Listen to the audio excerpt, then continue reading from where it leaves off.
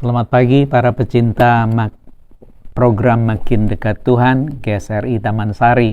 Kita akan merenungkan satu bagian sabda. Sebelumnya mari kita berdoa, mohon pimpinan Tuhan. Kiranya Kau berkenan ya Allah untuk kami membaca dan merenungkan bagian sabda yang menolong kami untuk hidup di dalam takut akan Tuhan, di dalam ketaatan dan percaya yang terus bertumbuh dan berbuah. Kiranya Kau berkenan menolong kami dan Roh Kudus menyertai. Dalam nama Tuhan kami Yesus kami memohon. Amin. Saya akan membacakan teks dari Galatia 5 ayat yang ke-13. Saudara-saudara, memang kamu telah dipanggil untuk merdeka, namun janganlah mempergunakan kemerdekaan itu sebagai kesempatan untuk hidup dalam dosa, melainkan layanilah seorang akan yang lain dengan kasih. Lalu ayat 16, maksudku, hiduplah oleh roh dan kamu tidak akan menuruti keinginan daging. Sebab keinginan daging berlawanan dengan keinginan roh dan keinginan roh berlawanan dengan keinginan daging. Karena keduanya bertentangan sehingga kamu tidak melakukan apa yang kamu kehendaki. Sampai sedemikian jauh pembacaan sabda Tuhan. Yang berbahagia adalah mereka yang mendengar dan melakukannya. Haleluya. Para pecinta program Makin Dekat Tuhan, kita ingin merenungkan bagian sabda Tuhan ini. Kenapa sampai ada ide tentang kemerdekaan Kristen dan akhirnya kita hidup bukan dengan daging, tapi dengan roh sebagai sebuah pilihan. Kita lupa bahwa kematian Kristus itu sudah selesai yang berdampak kepada pengampunan. Itulah yang dikatakan dengan kemerdekaan. Penyalahartian tentang kemerdekaan oleh karya Kristus, kita berpikir kebiasaan-kebiasaan lama yang berdosa masih boleh dilakukan. Toh, menjadi salah itu kan manusiawi. Ada istilah, to err is human. Kita harus membuang itu, karena justru Paulus mengatakan, engkau harus hidup oleh roh. Karena dengan cara itulah, hasrat kedagingan itu akan berhenti. Tetapi kalau Anda dan saya tidak dipimpin oleh roh, hidup bukan oleh roh, maka engkau dan saya akan kejebak masuk dalam pencobaan melakukan hal-hal yang pernah kita itu ditawan oleh kekuatan dosa itu. Nah, saudara-saudara, apa sebenarnya yang menguasai kita sehingga kita itu meskipun kita sudah ditebus oleh Tuhan, diampuni dosa, tapi masih senang untuk melakukan yang salah? Paling tidak adalah ada dua aliran berpikir yang Anda pernah dengar dengan disebut narsisme. Dari seorang Narsisus, ya, di dalam mitos Yunani itu yang menceritakan satu sosok yang luar biasa seperti dewa. Dia begitu mencintai dirinya sendiri sampai tidak ada satupun yang layak kecuali dirinya. Dan akhirnya dia mencintai, tapi dia tidak memiliki. Kenapa? Di dalam mitos itu, di dalam legenda itu diceritakan, dia saking menikmati wajahnya, sampai dia lupa dirinya, lupa makan, lupa minum, lupa istirahat, dan akhirnya hilang atas nama cinta diri, yaitu orang yang terobsesi. Apakah engkau dan saya seperti itu? Kalau tidak, maka harusnya kasih tentang diri kita yang sudah dibebaskan oleh Tuhan lewat karyanya, kita sampaikan kepada banyak orang. Contohnya, Tuhan mengampuni dosa kita karena ada hutang yang tidak bisa kita bayar. Berarti kalau nanti sesama kita ada hutang yang dia tidak bisa bayar, Anda suka atau tidak, Anda pun harus mengampuninya. Wah, kalau begitu nanti orang Kristen miskin. Tidak. Karena kita memberi apa yang kita punya, bukan yang tidak kita punya. Jadi tidak perlu berdalih kalau kita harus mengampuni seperti Kristus. Aliran yang kedua adalah apa yang disebut dengan hedonisme, yang di dalam bahasa Yakobus itu disebut sebagai hawa nafsu, keinginan-keinginan kedagingan kita, yang juga dijabarkan jelas di dalam Galatia 5, bahwa orang yang hidup oleh daging itu dipimpin oleh keinginan daging itu jelas perseteruan, perpecahan, iri hati. Apalagi ada sekitar 15 poin di sana, yang ujung-ujungnya adalah kita habis, kita binasa. Lalu bagaimana bisa mengalahkan itu? Maka Anda jangan lupa bahwa hedonisme itu sebenarnya adalah satu ajaran yang mengingatkan bahwa apa yang saya suka, yang saya ingini, itu menjadi tujuan yang akan mewujud. Kita perlu menelisik, apa sih yang kita kehendaki? Apakah itu sesuatu yang memuliakan Tuhan, atau memuliakan diri kita atas nama Tuhan?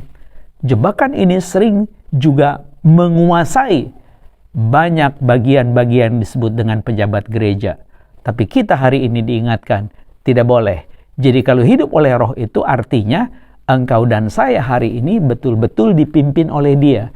Menjadi apa yang disebut istilah Paulus di dalam 1 Korintus 3, yaitu manusia rohani. Anthropos pneumatikos. Manusia rohani.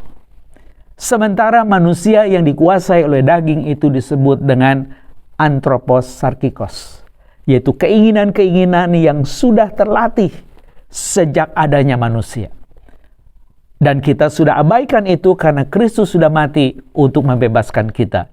Jadi ketika engkau dan saya bisa menjadi orang yang merdeka untuk memuliakan Dia, maka engkau harus hidup di dalam manusia pneumatikos itu.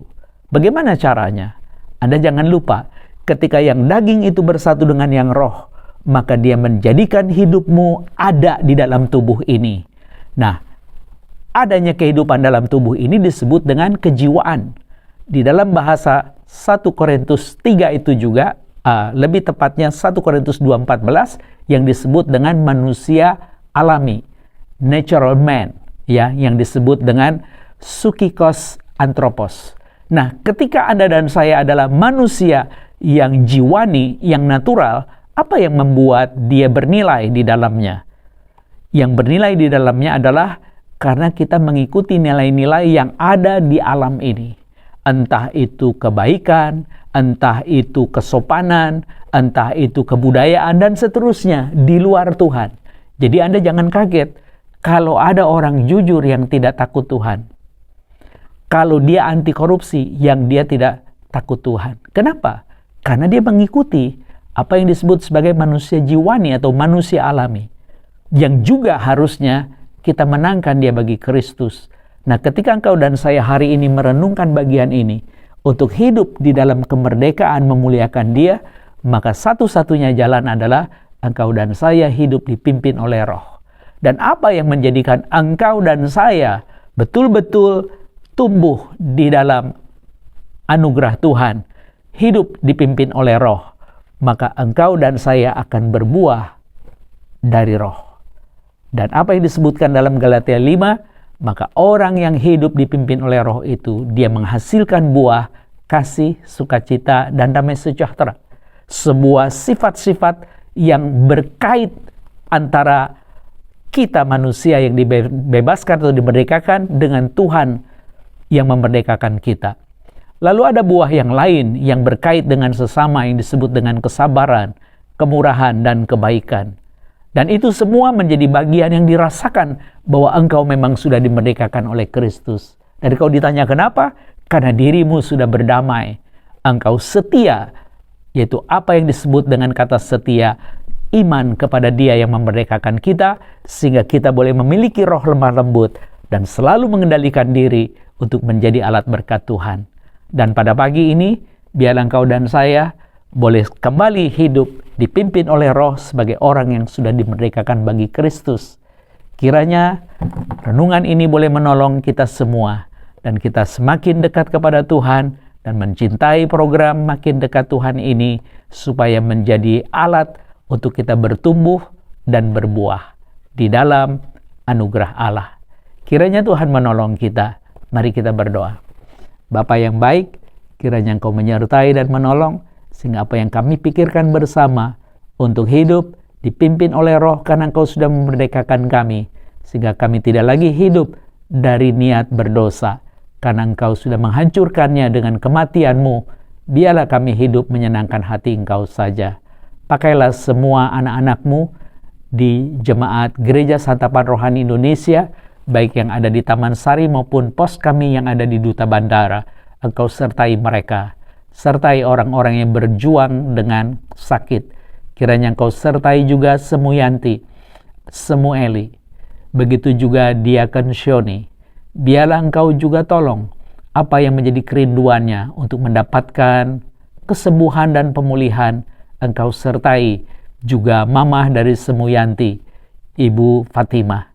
Kiranya Engkau tolong dia, sehingga dia juga boleh tetap tegar, percaya, dan mengandalkan Tuhan di dalam sisa hidupnya. Kiranya Engkau juga yang ditinggikan dan dipermuliakan. Dengarlah ya Tuhan, dan jadilah kehendak-Mu, karena kami panjatkan ini semua dalam satu nama Tuhan kami Yesus Kristus. Amin. Sampai jumpa di program MDT berikutnya. Selamat pagi.